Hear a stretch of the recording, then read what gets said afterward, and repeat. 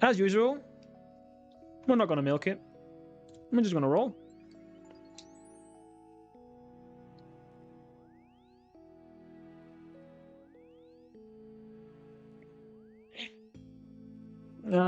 Well, it had to happen eventually.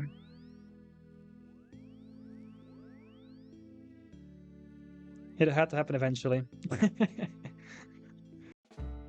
Hi there, I'm Xtreme now.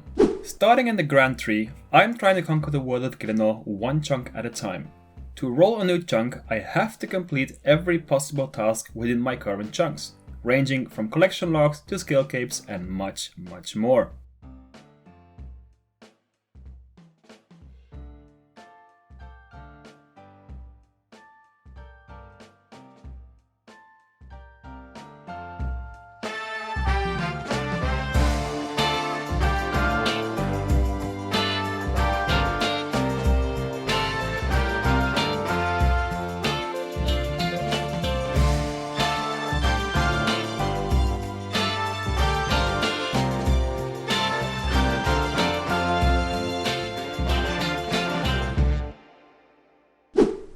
So, Hammonster. The time has finally come for me to conquer a real dead chunk. You might think 99 ranged is the hardest goal in this chunk, but the opposite would be true. The reason for that is this anvil right here. Because of this, and the runite bars we get from dragon implings and metal dragons, we have to get to level 99 smithing without any skill boosts. How we will tackle that exactly I will talk on at a later time. In this chunk, we can also find the glassblowing pipe in Grandpa Jack's house, which means we now have to get 87 crafting using buckets of sand from earth implings and seaweed from baby implings to make a light orb. We're already 85, so this shouldn't take too long compared to the other grinds.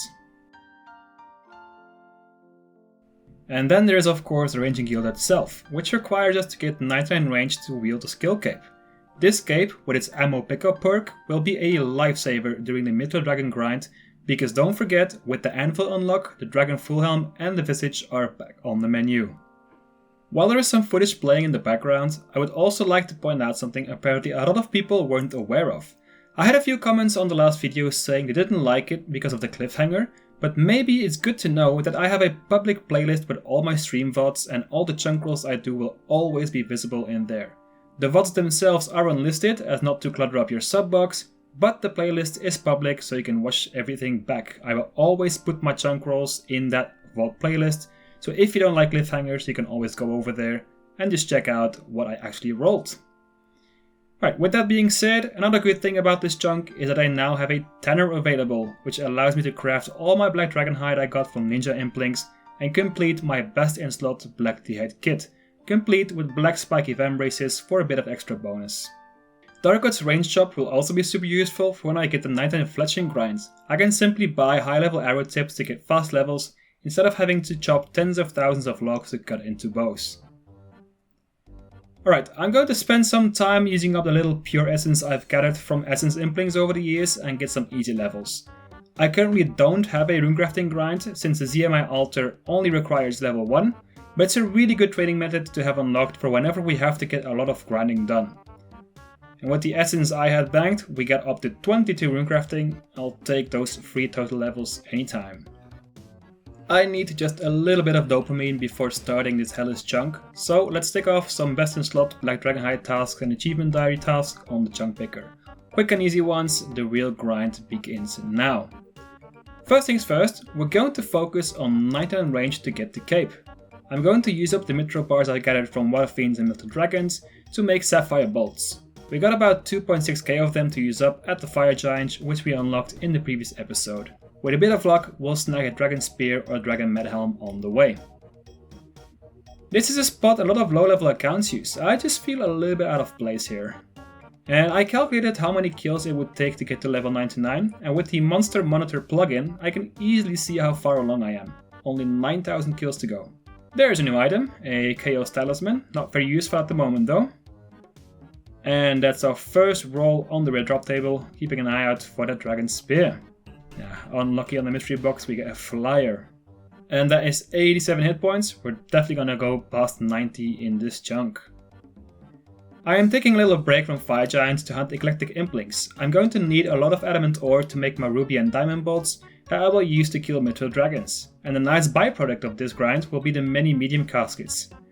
Especially with our new chunks, there are a lot of new steps available, and now that I can use spirit trees, at least partially, it's much easier to get back to the gnome stronghold from Autumn.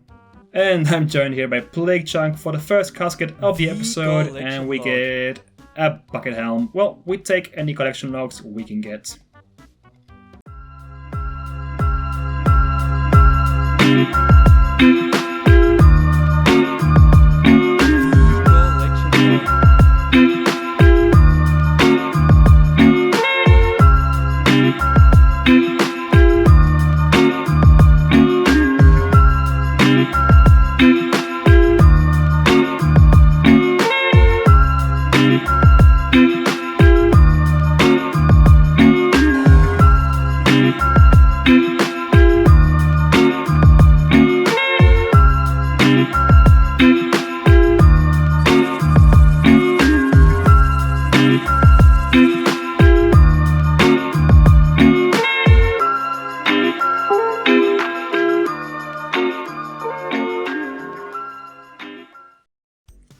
Something I forgot to do earlier was check out this dungeon at the Temple of Ikov.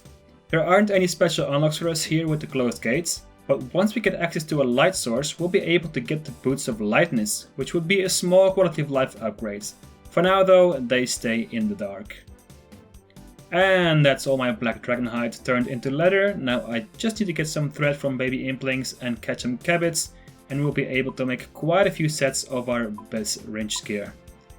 And there we go, a nice stack to work with, or alk if we need money. As long as I don't die, I will only need one set. I have about 27,000 iron bars left from my earlier 70 smithing grind, so we're going to use those up first. My method to do smithing is pretty simple. From the fishing guild bank, we take our supplies and rations while wearing the fishing cape and an axe. With the cape teleport, we can skip quite a bit of running to get to the anvil. If my run energy is low, I simply chop some oak logs next to the anvil and use the rations to recharge my run energy. Then I teleport back with the cape, bank and start over.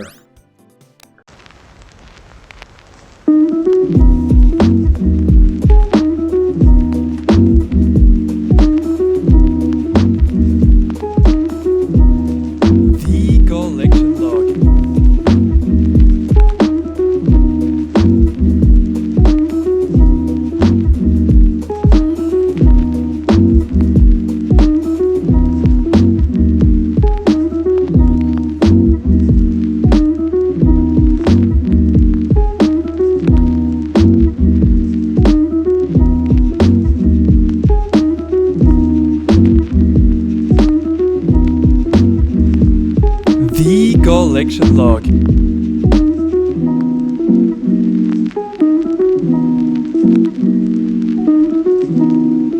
The collection log.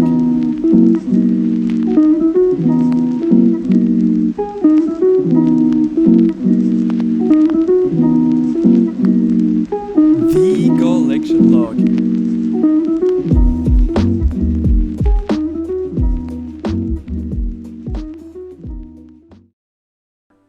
And that is 73 smithing, which means we can now make adamant bolts, which also means we unlocked ruby and diamond bolts. I'm going to make some diamond bolts E just to have them in the bank for now, but I won't be using them until we get 99 range at the Fire Giant, so we don't have to pick up our bolts every 10 seconds.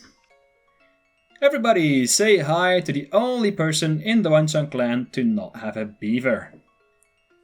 And that is 74 smithing. Something I realized with the unlock of the Tanner is that I can now make a pretty big best in slot upgrade to use with my rune crossbow. The chunk picker didn't pick it up because technically the magic shortbow and rune arrows are better DPS, but with mythical dragons it is better to use the RCB and diamond bolts. With this green dragon leather I can now make a proper range shield with an actual accuracy boost, unlike the magic shield. Shout out to Vaulty Chunk for the lucky impling call, because we got a huge best in slot upgrade for whenever we have to train melee. We can enchant this Dragonstone bracelet into a combat bracelet. This will definitely come in useful in the future, at least until we get barrow gloves in about 15 years from now. I'd say 20 years, we'll see. And there we have 96 ranged and 94 combat. We're closing in on our 4th 99. 75 smithing, a nice little milestone. Caught myself a lucky impling while hunting eclectics. Let's see what we get. 5 chaos runes. Lovely. I had to once again haul myself over to the brutal green dragons because I need 2 more leather for an extra medium clue step unlock. The emote step at the agility course requires a ring of forging, a steel kite shield and green d'hide chaps. And with the ranger guild chunk, I can now get the 2 items I was missing before. That is the steel kite shield made, and those are my chaps done. And new medium clue step unlocked. Awesome, that will definitely come in handy in the future. Quick little recap of the medium caskets in this episode. With everything put together, I can now have a prayer bonus of 28. Quite insane if you ask me, all of that from clue caskets only. Well, except for the glory then. And the skill cape, but you know what I mean. Well, that is a 1 in 10,000 drop from the rare drop table. I already had these from Mytho Dragons, so unfortunately it's not an upgrade. Big shout out to Chukundum in the clan chat for getting a shit ton of 99s in one go. Definitely one of the clan chat highlights of the year so far. Nice.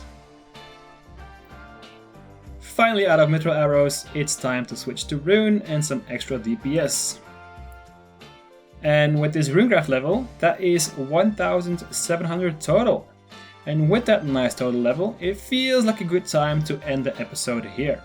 I hope you enjoyed the episode, and as always, thank you for watching. We are in for one hell of a grind, and it's going to take quite a long time, so I hope you will stick around for the journey.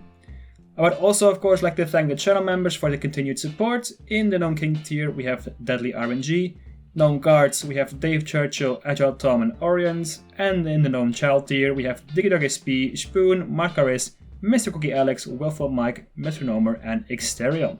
Thank you all so much for the support, and I will see you all in the next episode. Gnome out!